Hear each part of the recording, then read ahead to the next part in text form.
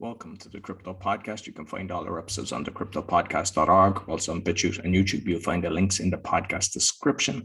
I've got 4 other podcasts and I'm a podcasting coach. You'll find everything on bio.link/podcaster. Looking forward to this one today because I'm actually building an NFT business. And Derek Gorthy, I know he says it a lot nicer than me, is the co-founder of Enshrine. Please welcome to the show. Awesome. I appreciate it, Roy. Yeah, Gorthy, close enough. So I suppose, we're going to talk about your business, but let's just tell them about yourself first. Who's Derek? Yeah, definitely. So I'll give the intro on kind of the Web3 crypto space. But yeah, currently working in the software engineering field, working on a startup and an NFT marketplace essentially called Enshrine. Yeah, I got into crypto, I want to say in 2017, a little bit before the bull market, before this one. In college, actually, the context of that was it had a very long name. Let's just call it a big data class. So dealing with a professor that was the head of analytics at Twitter. So massive amounts of data there. He was generous enough to give us a decent budget for the class, and so 50,000 spread between, however many students, let's just call it like 30 or 40 students in there, and just said, go use this API service, go out and find something. And me and a couple of friends in that class just said, and it seems like the crypto market's kind of heating up. Let's see if we can figure out, sentiment analysis. Let's see if we can predict maybe price changes or something based on that. And then really started just diving headfirst into, researching, looking at white papers, looking at different coins, looking at all that, and just, I don't know, realizing how fascinating just the space is, new, cutting edge, just an incredible number of ideas and way too much information to absorb. So been in love with it ever since. Kind of turned off that project and have since, kind of stayed up with the trends. And then more recently in the past roughly 1 year is kind of diving into the NFT space, and then specifically seeing how you can kind of bring it into the hands of like your normal person, your person that's not currently heavily involved in the Web3 space. Excellent. And like the company then, is there many involved? How many partners have you got on the... Yeah, so we have 6 full-time partners right now, and then we have a couple of part-time members helping out with, legal and some of the business side of things. So total of, call it 8 people. Okay, cool. No, the blog, is it you write the blog, or who writes the blog that you have for Enshrine? That is mostly me. I don't mind writing. I'll get some inspiration late at night and just get through a couple of those articles in one go and come back and revise it later. But yeah, that's mostly me. Okay, and I'll tell you, I'm actually, why I was looking forward to this. Well, 1, obviously, is the space I'm in, but 2, you have a fantastic way of simplifying what a lot of people find complex. And you've like, I went through all the blog, I read all the articles that were on the thing. They're actually very well written, but you're able to simplify it. So maybe we might start off, because I know I've covered it, but there's always new listeners coming in and everything. For the guy that doesn't know what NFT is, you might let him know.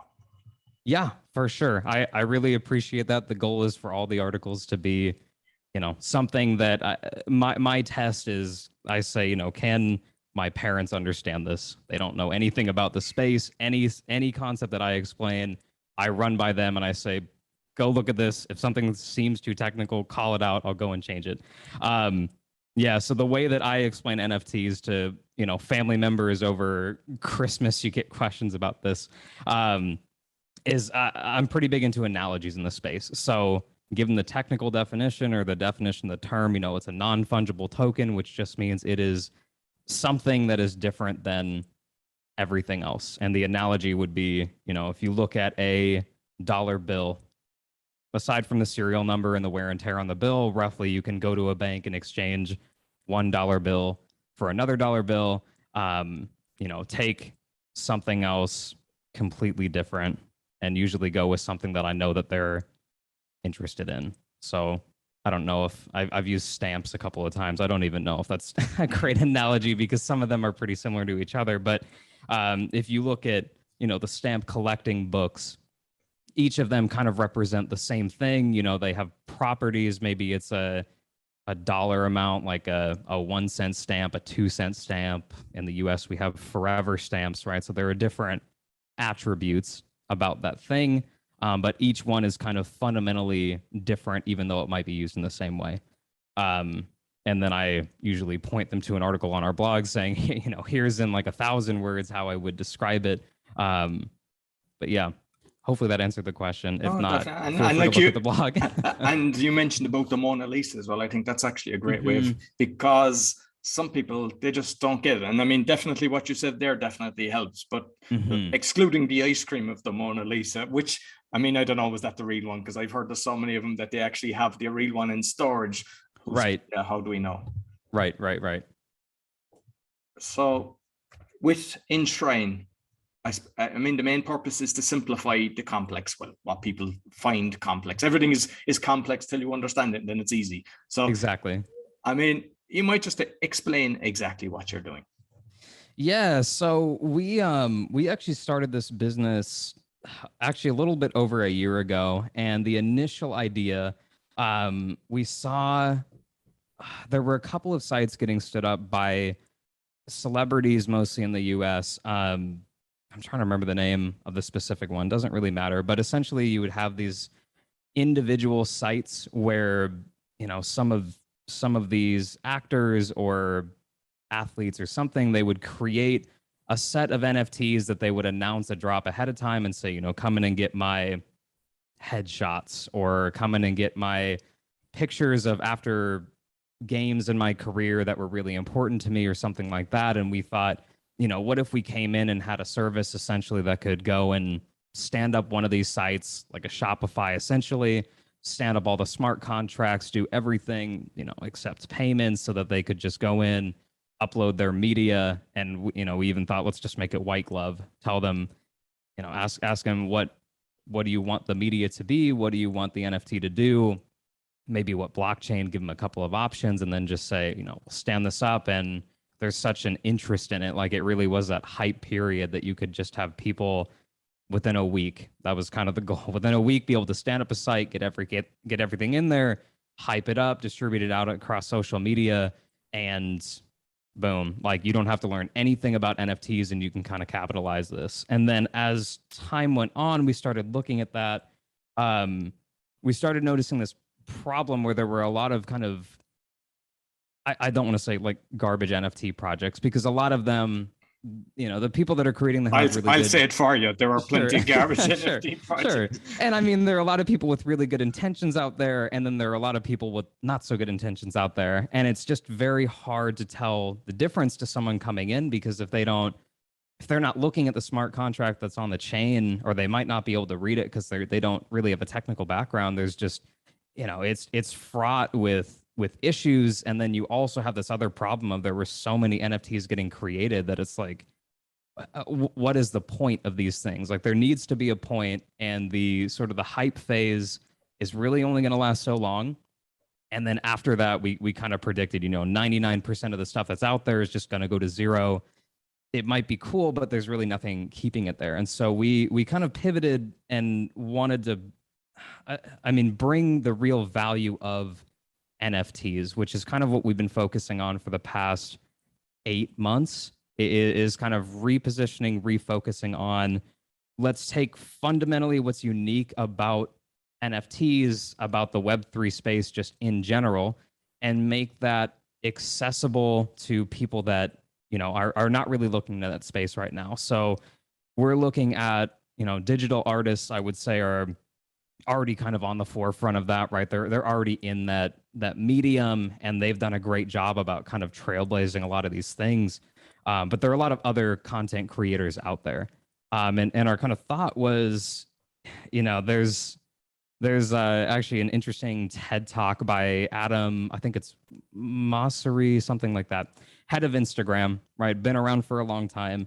And he points out, like, you know, history kind of repeats itself. So if you looked at the explosion of the internet in the 90s, what that really did for content creators is it decentralized and took a lot of the power out of these big, you know, sort of monolith TV print, radio, like these very large companies that could, I mean, they were the distributors of information largely. You'd have kind of, you know, small town newspapers and stuff like that. But the vast majority of the media that was getting out there was filtered through a very small, like a very few companies. And then the internet came and boom, you just saw this explosion. A lot of them lost their power. If you look at, you know, newspapers today, you know, there's a reason why when they don't have that power in their hands. And then lo and behold, you know, 25 years later, we kind of have the same issue with content creators is there's only a very few large platforms that they're on. And while there is a bit more freedom, right, because you can kind of build a brand, you can build an audience on there, you are very dependent on them for keeping that audience and keeping the revenue streams. And that's been very apparent, you know, when we're kind of looking at video game streamers on Twitch, right, as the first set of creators that we kind of want to pitch this to, mostly because their communities are already used to directly giving them money, which is foreign to a lot of other people that follow people on social media.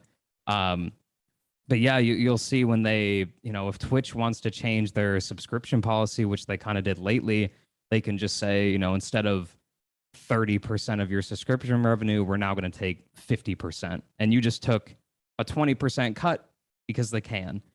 And if you want to try and leave, I read that, and I saw, like, I mean, even 30% is high. I mean, to take 50%, it's very high. That's sick, and they deserve to lose the income for actually doing that. That's greed. Right, it is greed because they are providing a service, something that distributes the media, but are they providing 50% of what you're bringing in? Like, the content creators are the entire reason that they're there. Like, without that, there's nothing to that platform. It's just a platform with no one on it. There is no money to be made. And it's the same thing across these other sites. Like, TikTok is kind of notoriously bad at this. Like, their creator fund is kind of a joke at this point because someone will get, you know, 10 million views and they'll look in their creator fund and they're like, $2.50, great. Like, I can't make a living off this. And all the while, these platforms are pulling in, you know, millions and millions of eyeballs and being able to sell ads just to everyone.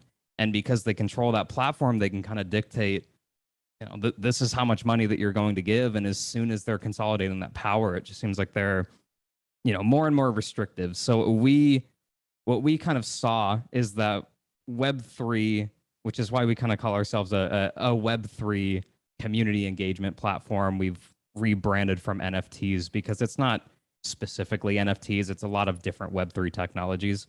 But the decentralized nature of it kind of changes it from the creator pushing content to a platform and then whoever's consuming that content connecting to the platform and them being an intermediary to say, if you directly create this relationship, this financial relationship between the creator and their fan, they can up and leave to another platform. I mean, in a world where platforms do accept that, they could in theory just say, I'm not happy with the policies on Twitch, and so I want to take my audience and move it over to YouTube gaming.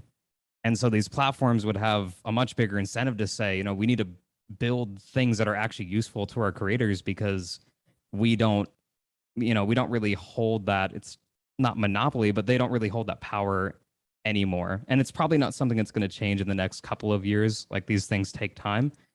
But, you know, how long did it take for the internet from the early 90s when it was kind of a niche thing until the mid 2000s when the internet was on a phone and people just had access to it everywhere? Like, Web3 has the potential to do that. So I guess to kind of sum all that up, that was a lot of words.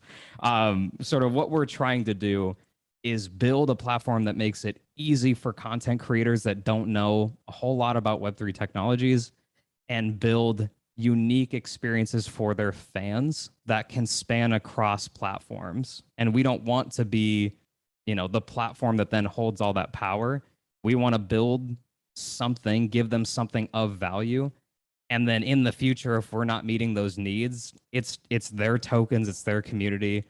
They could up and leave. We don't want them to, but it motivates us, right, to say, like, we need to keep building things that are of value to them and innovative and, basically motivate them to stay with us.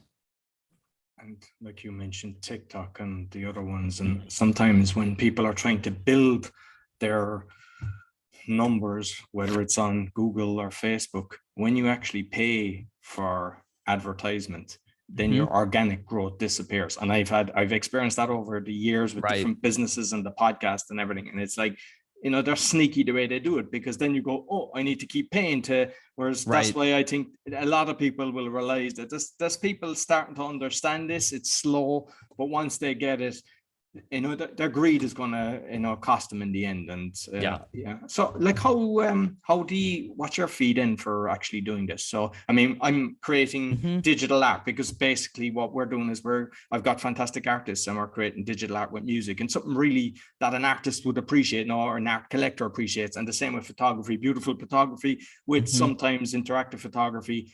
And like, we're then trying to build a community, which is kind of what you're kind of doing, helping with the community as well, really. Because at the end of the day, you want everybody to be like supporting each other. And then if somebody kind of says, I've had enough of this picture, they can resell it and hopefully add a profit. Yeah. So is the question like basically the fee structure, how much we'd be looking to charge? Yeah. Sorry, I went on a little tangent. Yeah, no worries. Just want to make sure I'm not going to talk for 5 minutes on the wrong thing. But so we're still trying to nail down. Like I think we can comfortably say 12%. I think with kind of the updates, actually with the cost of we're on the Matic blockchain, the Polygon ecosystem. So that's actually become significantly cheaper for us. So we're trying to get it down to 10% for the initial sale, and then on resale, I guess the caveat there with our platform is we don't allow external wallets for the time being, right? It's kind of how Coinbase has their setup. Like they do hosted wallets. It just makes it a lot simpler when you can control that for the user versus them having to understand, I need to make a MetaMask. I have to figure out how to get crypto into the MetaMask. And now I have to go and figure out where I buy that. And there's gas fees. I don't understand how that's all a hard thing to do. Like, again, if the bar is what will my parents be able to do, I'm sure they could do it. They're not going to. Like, they're both smart people, but I know that they're not going to go learn how to use MetaMask and set up a wallet and do all that. So a big part of the issue is that if we're directly taking credit card fees, that's 2.9% plus 30 cents across the board. Anytime you charge anything to a credit card, that's just a flat fee for us. In addition to that, which is a little bit different than what other platforms are doing, is kind of one of the other aspects of the platform that I don't think is going to get a whole lot of attention from creators, which is fine. But people in the crypto space, it is kind of a big deal, is like we're focusing on the quality of the NFT. So we're using Matic, we're using Polygon because it is, their proof of stake instead of ETH, which is currently proof of work, moving to proof of stake. But the fees are much lower. Greenhouse emissions are much, much lower. It's like roughly, I'm going to say very roughly, the carbon footprint of sending, I think, like 1.5 emails or 1.5 Google searches. Like, it's incredibly small to send this. And yeah, so we're on Matic. We take care of all of the, transitioning from you're paying with a credit card. We, on behalf of you, will purchase whatever Matic you need, do everything under the hood, send things. The other key difference is where the media in the NFT is hosted, which is kind of something that not a lot of people look into, but it is a detail that matters. So if you look, and I guess this is a bit more technical for how NFTs work, is the entire NFT, for the most part, is not on the blockchain. Like, to store a 1 meg photo on Ethereum would be tens of thousands of dollars. Like, on Matic, it's still a ton of money. So it's not feasible to do that, and it would be incredibly slow to access, even a 1 megabyte thing. But if you're talking about a much larger file, it's not feasible. So the thing that is on the blockchain is the actual token. And then within the token, you basically have pointers to what we call metadata. So that can be attributes of the NFT, the description, any properties that you assign it, whatever you want to go on chain. And then there's a second pointer to the media, like the content, the video, the photo, the audio, whatever it is. And you can really cheap out and make it easier by just saying, I want to put this file on my computer locally or up on Amazon or something, because that's, to put something on Amazon S3 for a year, it's going to cost you pennies, if that. Like, it's incredibly cheap. The issue is that's not really decentralized anymore. and there are ways around that other companies are looking at. But if you don't do it the right way, I can stop paying my hosting bill and whatever that is gone. And it's interesting if you look into the Beeple auction, if you're familiar with that, like the largest NFT sale, $69 million. In Christie's terms of sale, they said, this is an unknown technology, this media, we can't guarantee forever that this thing will be up there. We're making absolutely no promises to this. So essentially what you just paid $69 million for is a file that lives somewhere, and there's no guarantee that the thing is around forever. So just all getting that into to say, this. So when somebody is buying a digital picture, they're buying it off somebody, whether it's on OpenSea, they go along, they get it. I mean, my understanding was that then you can actually take that information onto your own PC, onto a USB drive, or that you have it physically, that you can use it as you want. But you're saying it's actually that it's stored somewhere, and if, say, the company that you, even if it's a big company, because I mean, we've seen the likes of Kodak and big, huge, massive companies go bust before. So basically, all of them just say there was a massive amount on that platform, they would all disappear. Yeah. And I mean, the smart contract itself and the token itself, every transaction related to that token, that's all on the blockchain. That's all immutable. That's fine. Everything else that is not on the blockchain, you would have to look. And there's no standard out there. There's no one saying, like, and I guess all that to say how we are doing it is we're putting it on IPFS, which is a decentralized file store, essentially, which is more expensive. Like, it's more expensive to do that for us. But we, if we went out of business 5 years from now and all that stuff were on Amazon S3 and we shut down, our account goes off, every single picture that we put up there would just not be referenceable. It'd be a broken link. It'd be a 404. Like, it's nothing. So if you really cared about the media on there, tough luck. The blockchain's immutable. You can't change that. And there are ways around it. You can basically point at essentially a router, so something that will just redirect you to something else. So under the hood, you could change the location. The router would just change it. Same issue. If that router goes out of service, tough luck. Like, all these, OpenSea has no idea how to resolve that because it's a broken link. It's gone. So that's more expensive for us, and we're trying to guarantee like the lifetime of that as much as we feasibly can. We can't say indefinitely, but we are trying to say, we will pay to have that pinned up on IPFS so that it is referenceable. We have absolutely no control over it after it's up there. And like, we are trying to stay true to the decentralized things should stay decentralized. Like, that seems like an obvious take, but that's just not what's out there right now.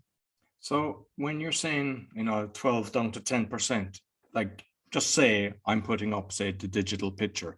Is it what I determine what it is, or is it from the sale? And then future sales, what way does it actually work? Yeah, so the initial sale, because we have to put, the actual token on the chain, we have to put everything up on IPFS, get everything hosted. That would be, let's just call it 12%, because I don't want to seem wishy-washy on that. Let's just say 12%. Secondary sales are much cheaper because we don't have the overhead of, like, nothing else needs to go up on IPFS. It's just a very cheap call to the chain, which just says now this new person owns it. We still have to deal right now with the credit card transaction fee, but we're looking at, 5%. So 3% of that already goes to credit card companies. We kind of take the rest of that to keep the platform up and running and develop new features. So roughly, 12 and 5%. if you compare that to OpenSea, it's kind of hard to say. It depends on how much the gas is. Like, it fluctuates. There's no set price, but that's kind of the risk that we're taking by guaranteeing that, is we're taking all of the risk that the cost to put this on chain is going to go up substantially. Like, we will eat that cost if that happens, because it's simpler, and because it's, if you're a content creator, you don't want to have to care about what gas prices are looking like when you're doing all the stuff on chain. Like, it's all very technical, and you probably just want to be out there creating content. Like, you want to do the thing that you actually enjoy doing, and we'll take take care of all the details, all the nitty gritty. That's what we enjoy doing. We want to make sure that works reliably. You go do whatever it is that you do, like build that community somewhere.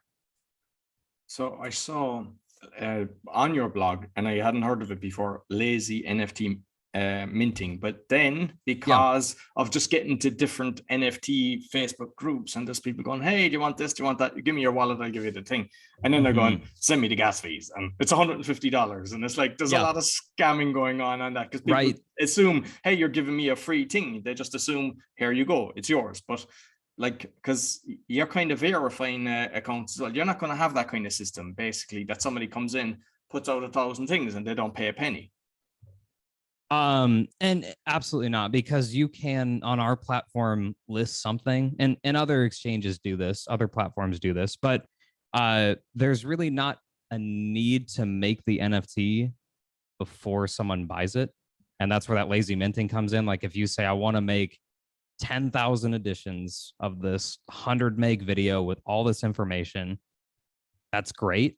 We hope that you sell it, but we don't want to go and make 10,000 editions of that thing until it sells. And so it's a concept that kind of holds true to our, let's do right by the planet and minimize our carbon impact as much as we possibly can. Like, we will make it as soon as someone buys it, and the turnaround time for that, like, it ranges, but when we're testing it out, it's like 5 to 10 seconds. It's incredibly fast. And so you're not really going to know. That's like a page load time, a little bit longer, but it's one of those things that it's an implementation detail, but the costs add up if you don't do it that way. And is it done automatically, or must the actual seller then do the transfer through the thing? No, our platform would take care of that. All you're doing is selling something. We take care of absolutely everything else under the hood. I'm just curious, because I mean, you mentioned the credit card fees, which, to be honest with you, wreck my head. PayPal wreck my head. PayPal, not only do they charge people fees, but their spread is at least 5%. Yeah. I mean, like, in reality, with blockchain, we should be able to cut that out, because they're basically milking it. Like, 3% mightn't seem like much, but even when people are buying, the Ferrari, or they're buying the house or whatever, because some people actually do have massive amounts on their card that they can do that. They're still taking 3%. It's not a case of, oh, that's a high amount, I'm only taking 0.5%. They're still taking 3% plus the 30 cent or whatever it is. Yeah, and we've looked at the same thing, where it's like, if you wanted to sell something for $1 million, like that's a special case. We will not be charging 12% on that, because we're not doing 12% worth of work on that large amount of money. It's just for the smaller dollar amount ones, and like, we don't want to get the pricing structure too complex, because then it comes off as like, okay, it seems kind of scammy. Like, why are you fluctuating the rate that you're charging me for these different things? So for the time being, we're trying to keep it simple. On our roadmap in the future is like, let's accept crypto as payments so that we can drive those fees further down. Or if you're keeping money in our ecosystem, let's like refund you the cost of the credit card transaction fee, because we're not paying that, right? Exactly. So there are things that we can do to drive that down. But yeah, that's kind of where our transparency comes in, is like, we'll disclose when you're creating the listing on our site. It's like, this is how much we're charging you. Here's kind of why, here are the benefits that you're getting. And then as we, because we're still pre-launch, right? After we launch, we can start to look at, how do we drive down these fees for businesses that are, if they're not adding value, which credit card processors do add value, right? That's an easy way for people to pay. But if they want to not pay that fee, we'll make ways to like make that happen. Like we don't want to pay that fee. We're just kind of transparently passing it on because we need to. Like we can't just eat that cost. And like when you're buying, say, crypto, because I've looked at a lot of the different ones, like the fees are about 10% or more just for doing that, which is insane, really, when you think of it. It's kind of it's scaring people away, because like at the end of the day, everybody's kind of sick of banks in the way that they're just robbing you. You know, we see the PayPal and the credit card processing companies, but similar with this. Oh, definitely. I mean, a lot of currency exchanges do that, right? You go to the airport, it's like a 10% fee just 25. For exchanging. I have seen 25. Exactly. Yeah. and that's ridiculous. So like it shouldn't be that way. And there will be ways to get it in the future, like get it down in the future. It's just, we're living in a world right now, especially with who we think is going to really be using this, is like they're not going to have a bunch of money in the crypto ecosystem. They're still going to have all this money in fiat. And so it has to be accessible for them. But as people kind of dip their toe in the water with something like us, they'll start to learn a little bit more. And ideally, there are simple solutions for currency exchange, right? Where it's not a 10% charge, it's something much lower because there's a healthy competition out there. And it becomes easier to kind of get into that ecosystem and pay less, frankly, for using platforms like us. Like we'd love to do higher volume and just charge you less for each one. That'd be ideal. Like we want to be giving, especially content creators, we don't ever want to be in the position where we're saying 30%, like give us a huge amount of money for us just being a platform that you're on. That just doesn't make any sense to us. That's kind of what we think is the older business model. And I think especially in the streaming world, where those fees are like 20, 30, 50%, I don't think that will continue. Like I don't see how it could, right? For some of these huge names out there, that's just a ton of money that you're giving away for having such a large audience. And the only reason that you're paying those fees is because you move platforms. Like we've seen it with streamers in the past. You move platforms and you'll lose a huge amount of your user base, where if you're not relying on them for that relationship anymore, the platforms kind of lose that leverage, right? They have to be smarter about how they make money, and they have to be charging significantly less for what they're doing. And like, I mean, obviously I know it's early stages for yourself, but like, I like the way you're obviously trying to reduce it as much as possible, because you're also conscious that there's plenty of other people out there trying to do the same thing. And it's absolutely a case of like, if company B is like 50% of your fees, the creators will go, hey, I'm gone, I'm moving across. Like, so definitely. We think that they should, like, we should be serving them. They should not be serving us. And that is largely how I see the relationships that creators have with these platforms. They're doing all the hard work. They're coming up with this creativity.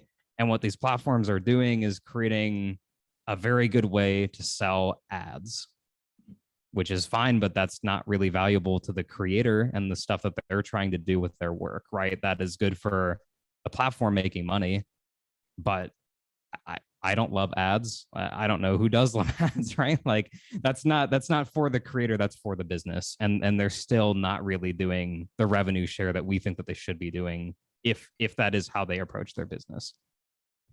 With OpenSea, because that's the one that I've got experience with. I mean, I've looked at a lot of different ones, and there's a lot of bots on there. There's because I was bidding on something.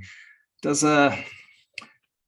even I think even the creators themselves kind of upbidding it. Is like, have you or will you have some sort of system, one, especially to stop the bots? Because it's sad, because I mean, at the end of the day, you want to be authentic and create value for your supporters, which in turn, but if people are playing games, there has to, like, is that something that you're conscious of? Yeah, definitely something that we're conscious of. And we took that into account sort of in how we even conduct our sales. So when we launch, we won't have an auction-based feature. It's only going to be fixed price, because that's, if you look at how, let's just call, content creators, streamers, like they will have on Twitch, there's like 3 tiers of subscriptions. It's either, call it like $5, $10, $20. And that's how people are engaging already. You're not really ever paying like a variable amount for a subscription. That would be kind of odd. to say like this month it might be $5 and then next month it's like $20 and then next month it's 50, like that would be weird to me if you were doing that. And so we're doing fixed price where the creator could kind of adjust that price if they're selling a lot or not selling enough. They're free to do that. And then on the secondary market, that's also going to be post launch because we're just trying to get the platform out there. So we're still kind of figuring out if we want to introduce auctions. To your point, you could make a bot that bids up something.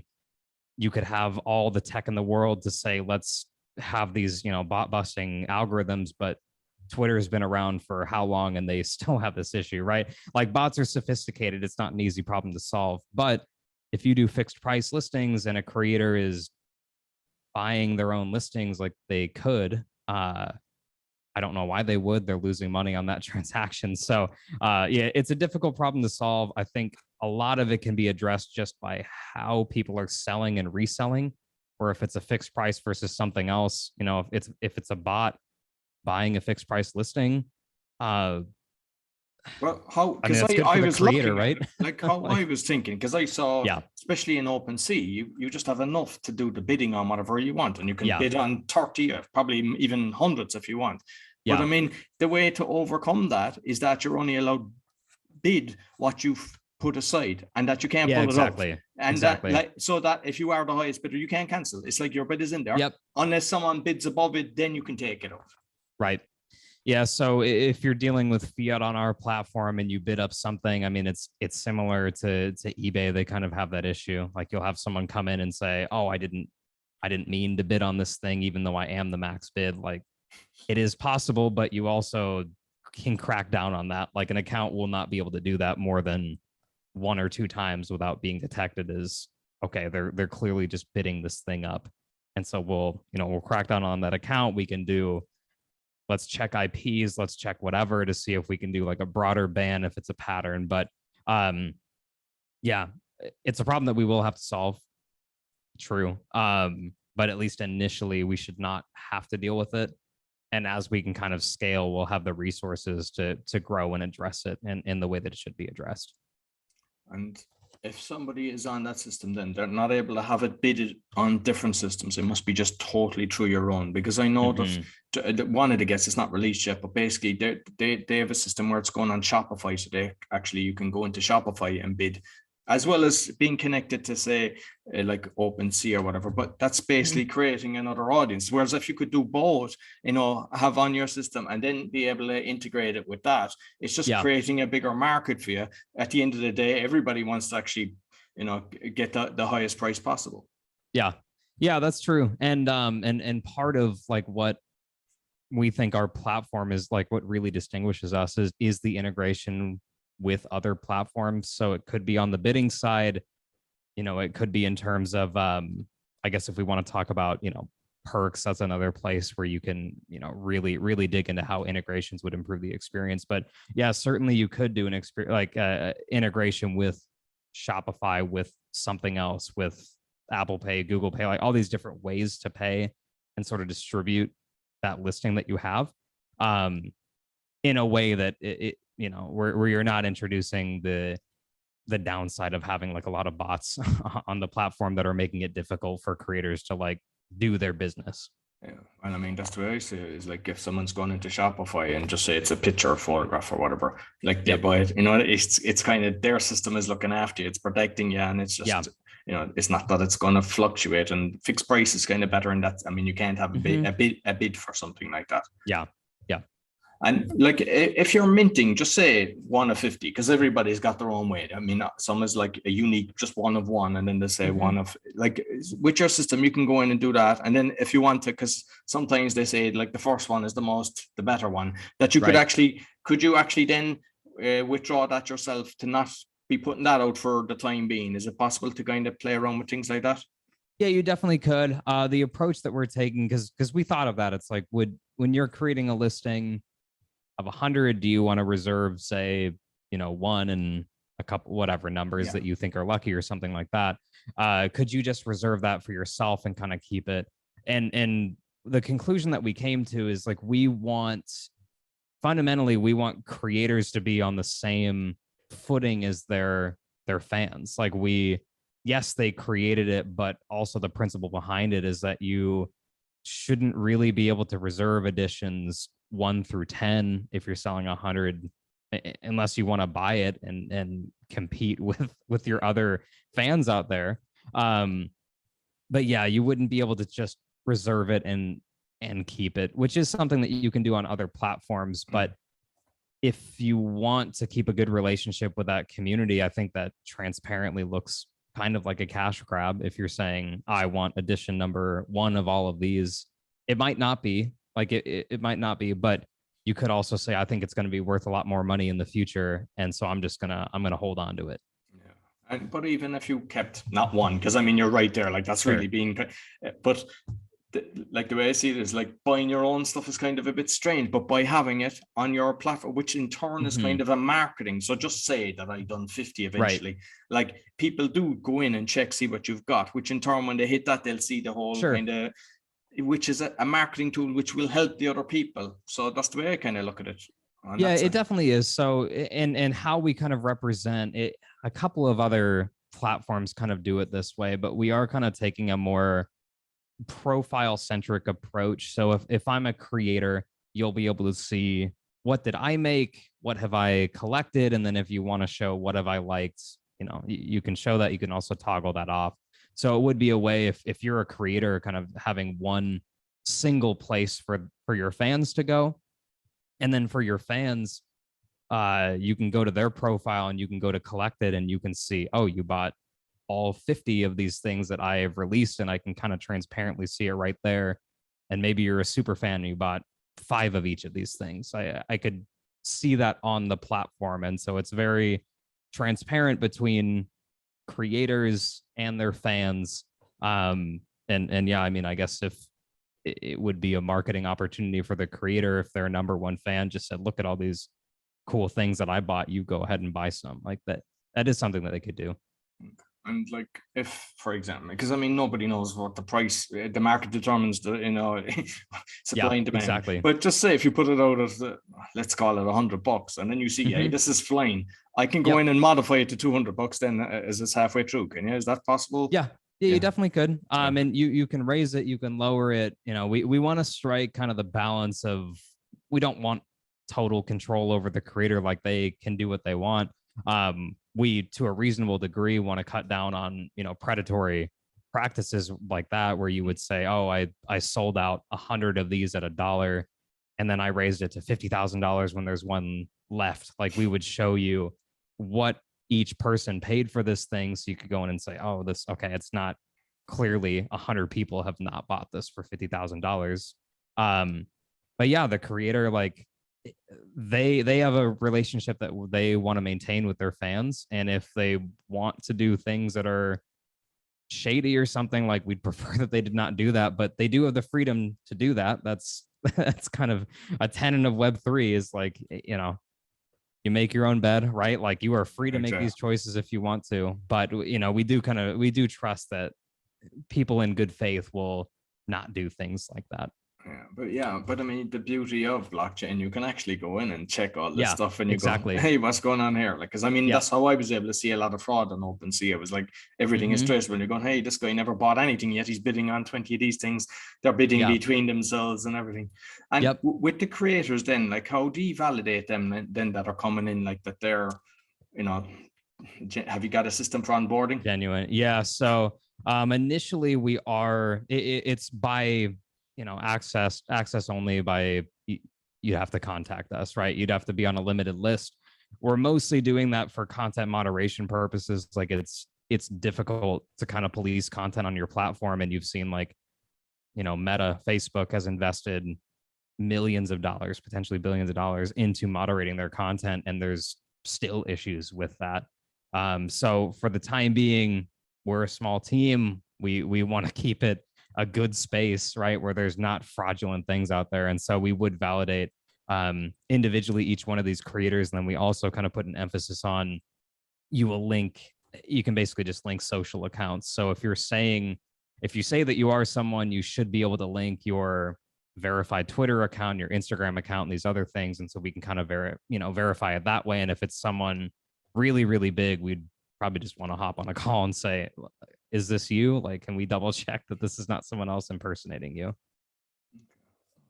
Oh, it sounds very exciting. And so, I mean, definitely what I'd like is maybe in 3 months or so, when you're actually moved forward, that we come back again, because obviously, you're going to be modifying as you go along. But it looks like you're looking for a win-win situation so that you get the creators and you want them to stay on board. It's not a case of a Twitch situation, give us 50% of your money, like right. Yeah, exactly. I'd be happy to be back on then. You might let people know how can they get in contact with you. Yeah, definitely. So are you going to put links down in the description? Yeah, both the audio and the video. Yeah, perfect. So go ahead and check those links out. Check us out on our website. It's enshrine.io. We're on, Instagram, Twitter, Facebook, LinkedIn. If you want to visit us there, go ahead and check us out there. And yeah, we have contact forms on the website. If you're a creator, if you're an NFT fan, if you're an investor, whoever, if you like the podcast, feel free to reach out. I mostly am the one that moderates that. So, I like to check it quite often. But yeah, definitely get into contact with us, and then we'll be posting kind of regularly as we're approaching our release date, sort of solid dates when we get to that point. And so you're actually trying to look for investors as well for funding? We're a team of people that have been in tech. I think it's collectively for like 80 years. So we are in a privileged position right now to be able to self-fund and kind of do this on our own time, especially considering like the macroeconomic environment for startups and Web3 startups right now. It's kind of a tough time. So, we'll definitely talk to you, but by no means is that something that will stop us from releasing. Okay. Excellent. Okay. Thank you very much, Derek. And I look forward to getting you back again. Definitely. Thank you so much, Roy. No problem. So that's all for the Crypto Podcast. You'll find all our episodes on thecryptopodcast.org. As mentioned, we're on BitChute and YouTube. Be sure to give us a thumbs up, 5-star rating, share with your friends. And if you're interested in starting a podcast, go to bio.link/podcaster. Until next week, take care.